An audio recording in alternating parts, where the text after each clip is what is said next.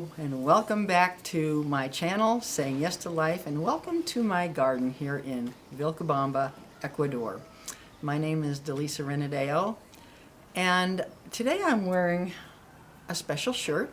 It's special to me, and it says, "Kindness Matters."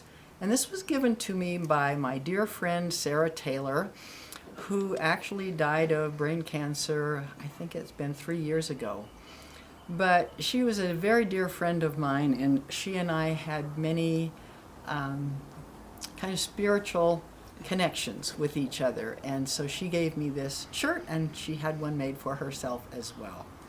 So with that in mind, today I'm going to be talking about the subject of kindness. And kindness does matter. My religion is very simple. My religion is kindness. Those words came from the Dalai Lama. And every time I hear them, I feel something inside me that goes, yes, that's it. What if we all lived that way? What if kindness really were our religion? Imagine a world where every thought, every action, every policy, every prayer was guided by kindness.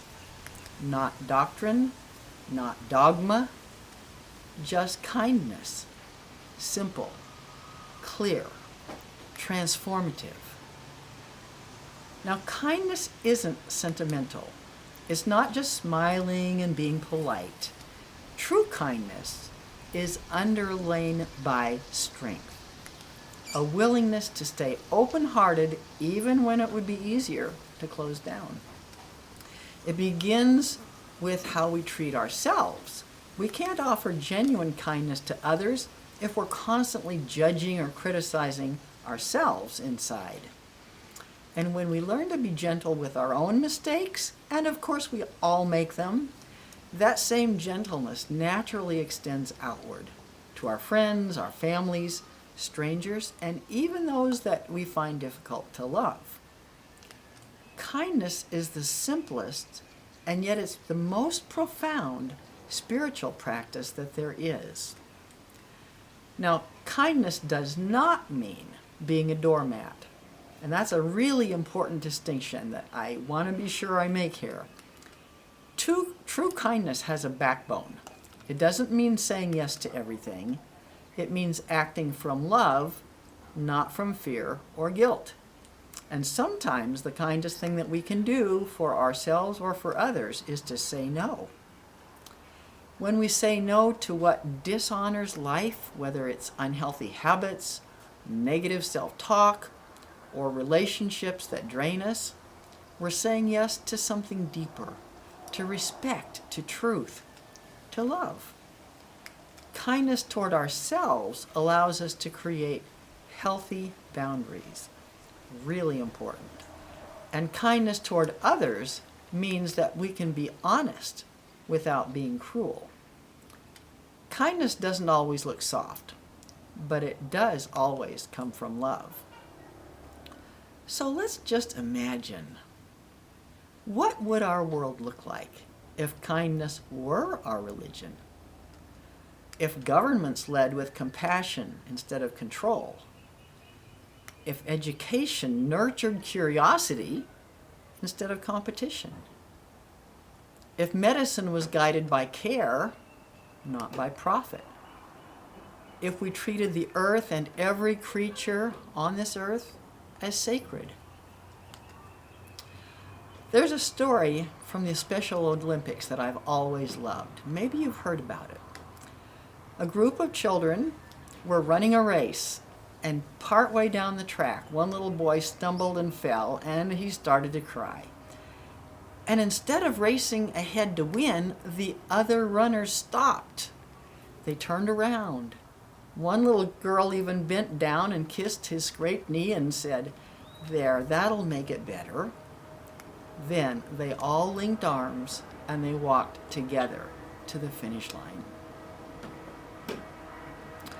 The crowd stood up and cheered because in that moment, everyone saw what winning really means.